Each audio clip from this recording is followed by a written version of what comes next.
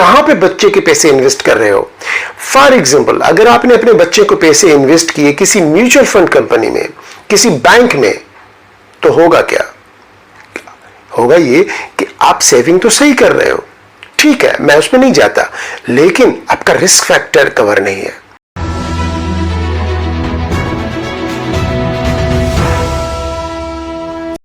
आप देख रहे हैं इंश्योरेंस की बात नदीम तुनियो के साथ, और मैं हूं आपका दोस्त और फाइनेंशियल एडवाइजर नदीम तुनियो।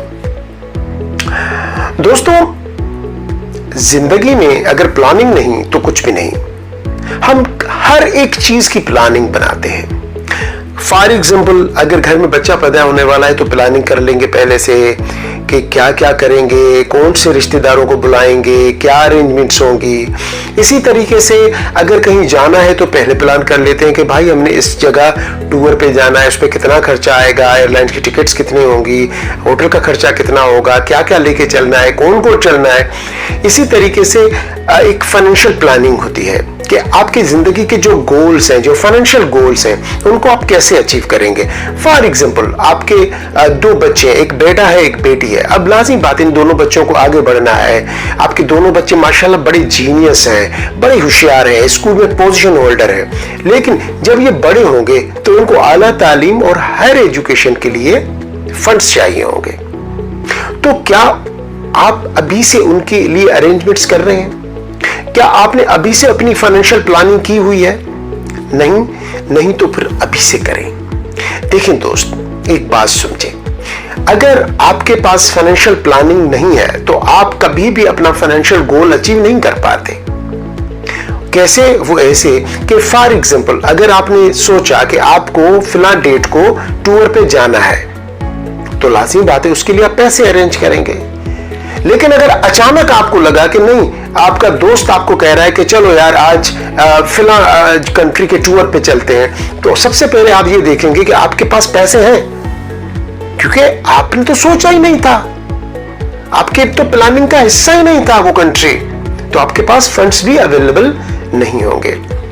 तो आजकल अगर आपको फाइनेंशियल प्लानिंग चाहिए तो फाइनेंशियल प्लानिंग करते हुए सबसे जो इंपॉर्टेंट चीज है जो आपको नजर में रखनी है वो ये कि इस फाइनेंशियल प्लानिंग में कितनी रिस्क है। अब सवाल ये पैदा होता है कि ये रिस्क क्या है। हम जब कोई भी प्लान बनाते हैं तो उसमें एक रिस्क फैक्टर आ जाता है। जब कोई बिजनेस करते हैं उसमें भी एक रिस्क फैक्टर आ जाता है। कोई भी काम हो दुनिया का, उसमें रिस्क फैक्टर का होना बहुत जरूरी है। अब इसी तरीके से अगर आप कोई फाइनेंशियल डिजाइन करते हो, फाइनेंशियल प्लानिंग करते हो, तो उसमें रिस्क फैक्टर क्या है? रिस्क फैक्टर ये है कि आपने सोचा कि आपका बच्चा छोटा है, जब ये 17, 18, 20 साल का हो जाएगा तो ये हायर एजुकेशन के लिए जाएगा, और हायर एजुकेशन उस वक्त उसको पैसे चाहिए होंगे हायर एजुकेशन के लिए, तो आपने उसके लिए पैसे जमा करना शुरू कर दिए। लेकिन कहां जमा किए? कहां पे बच्चे के पैसे इन्वेस्ट कर रहे हो?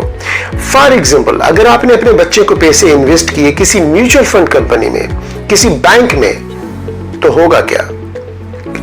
होगा ये कि आप सेविंग तो सही कर रहे हो, ठीक है, मैं उसमें नहीं जाता, लेकिन आपका रिस्क फैक्टर कवर नहीं है। अगर जिंदगी में कभी बीमारी, माजूरी या मौत जैसी खतरनाक चीजों से आपका सामना होगा तो वो आपकी जिंदगी में बहुत ज्यादा प्रॉब्लम लेके आएंगी। अगर माजूरी हो जाती है तो आपकी आमदनी कम हो जाएगी, अगर बीमारी हो जाती है तो भी आपकी आमदनी कम हो जाएगी, और अगर मौत हो जाती है तो उस सूरत में तो आप तो अपनी फैमिली के को छोड़ के चले जाएंगे उसी जगह पे जहां पे वो है। लेकिन अब उस जगह से उनके रोजमर्रा के खर्चात, आपने जो अपने बच्चों के लिए प्लानिंग की थी कि वो जब बड़े होंगे तो इस यूनिवर्सिटी में जाएंगे पढ़ने के लिए, उनके लिए फॉर एग्जाम्पल आपने सोचा था कि 50 लाख रुपए का फंड चाहिए, और अभी आपने सिर्फ 1 लाख रुपया सेव किया था, तो वो जो 50 लाख रुपए का फंड है वो कहां से आएगा? क्यों? क्योंकि अब तो आपकी फैमिली अपनी सर्वाइवल के लिए फाइट करेगी, सेविंग तो नहीं कर पाएगी।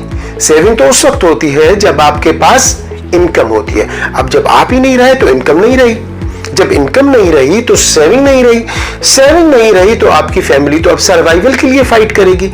जो फैमिली सर्वाइवल के लिए फाइट करेगी वो किस तरीके से फिर फंड सेव कर पाएगी?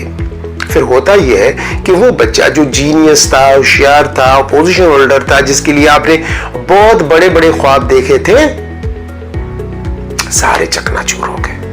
क्यों? क्योंकि आपने प्लानिंग तो की थी, लेकिन आपने उसका रिस्क फैक्टर नहीं देखा था। तो जब भी कभी कोई फाइनेंशियल प्लानिंग करें, उसमें रिस्क फैक्टर जो है उसको जरूर मद्देनजर रखें। अब रिस्क फैक्टर क्या है? रिस्क फैक्टर यह है कि भाई अगर इस दौरान ये जो 20 साल का टेन्योर है, मैं सोच रहा हूं कि मैं 20 साल में अपने बच्चे के लिए 50 लाख रुपए इकट्ठे करूंगा, तो इस बीच में अगर मुझे कोई बीमारी, माजूरी या मेरी मौत वाक़ हो जाती है तो फिर क्या होगा? ये क्वेश्चन तो जरूर करना चाहिए ना अपने आप से कि उस सूरत हाल में फिर क्या होगा। उस सूरत हाल में आपको चाहिए गारंटी। कोई भी फाइनेंशियल इंस्टीट्यूट आपको यह गारंटी दे कि अगर आपकी मौत वाक़या हो गई तो उस सूरत में भी आपकी सेविंग का जो परसेंटेज है, जो फ्लो है, वो मुतासिर नहीं होगा, वो वैसे ही चलता रहेगा। और जब आपका बच्चा बड़ा हो जाएगा तो उसकी एजुकेशन के लिए उसको 50 लाख रुपए दिए जाएंगे। क्या यह गारंटी आपको कोई बैंक देगा? क्या यह गारंटी आपको कोई म्यूचुअल फंड कंपनी देगी? क्या यह गारंटी आपको कोई भी कंपनी देगी? इट्स इम्पॉसिबल, कोई नहीं देगी। क्यों? क्योंकि अगर आपने किसी बैंक में 1 लाख रुपया रखा है तो आपको वो बैंक 1 लाख रुपया, आपके जो वारिस होंगे, जो आपके बच्चे होंगे, बीवी होगी, उनको वो 1 लाख रुपया वापस कर देगी। अगर वही 1 लाख रुपया आपने इन्वेस्ट किया हुआ है म्यूचुअल फंड में, तो म्यूचुअल फंड भी आपको प्रॉफिट के साथ वो 1 लाख रुपया आपकी फैमिली को वापस कर देगा। लेकिन अगर वही 1 लाख रुपया आपने इन्वेस्ट किया हुआ है इंश्योरेंस में, लाइफ इंश्योरेंस में, तो life insurance company after 20 years आपको, आपके बच्चों को एक हैंडसम अमाउंट देती है। फॉर एग्जाम्पल, अगर आप नहीं रहे तो आपके बच्चे को वो जो आपने सोचा था ना 50 लाख रुपए, वो 50 लाख रुपए इंश्योरेंस कंपनी आपको बच्चों को देगी जब आपका बच्चा बड़ा हो जाएगा। आपने तो सिर्फ 1 लाख रुपया, सिर्फ 1 लाख रुपया इंश्योरेंस कंपनी में इन्वेस्ट किया था। अब आप मुझे बताएं कि इन्वेस्टमेंट के लिए कौन सी जगह ज्यादा अच्छी है?